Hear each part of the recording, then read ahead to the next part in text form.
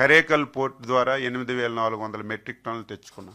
డామ్రా port ద్వారా 10,000 metric టన్నులు తెచ్చుకున్నాం. 28వ తారీఖున గంగవరం పోర్టుకు ఒక 10,350 మెట్రిక్ టన్నులు వచ్చాయి. ఏదైతే మనకి జూలై ఆగస్టు బ్యాక్లాగ్ ఉందో ఈ బ్యాక్లాగ్ లో ఈ 3 రోజులు దాదాపుగా మనం 30,000 మెట్రిక్ టన్నులు తెచ్చుకున్నాం. ఇంకొక సంతోషకరమైన వార్త, ఈ రోజే మనకి 53,000 మెట్రిక్ టన్నులు అలాట్ చేయబడింది కేంద్ర ప్రభుత్వం. కాకినాడ పోర్టు ద్వారా 25,000 మెట్రిక్ టన్నులు, గంగవరం పోర్టు ద్వారా 28,000 మెట్రిక్ టన్నులు మనకి ఈ రోజే అలాట్మెంట్ వచ్చింది. ఎవరు దీని గురించి ఆందోళన చెందవలసినటువంటి అవసరం లేదు. ఇంకొక 20 రోజుల్లో ఇంకొక 20 వెజల్స్ వస్తున్నాయి. కేంద్ర ప్రభుత్వానికి కూడా కృతజ్ఞతలు తెలియజేస్తున్నాను. రాష్ట్ర ప్రభుత్వం తరపున, రాష్ట్ర రైతాంగం తరపున అడిగిన వెంటనే ఇస్తున్నారు. ఇది కావాలని కొన్ని దగ్గరలా ఇది రాజకీయం చేయడానికి ప్రయత్నం చేస్తారు.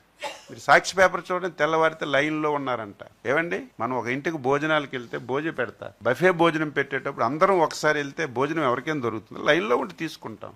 ఎరువులు కూడా లైన్లో ఉండి తీసుకుంటున్నారు. సిస్టమేటిక్గా చేస్తున్నాం. ఎక్కడ ప్రైవేట్ డీలర్ ఉంటే అక్కడ ఒక సెక్రటరీ పెట్టాం, ఒక ఆఫీసర్ పెట్టాం.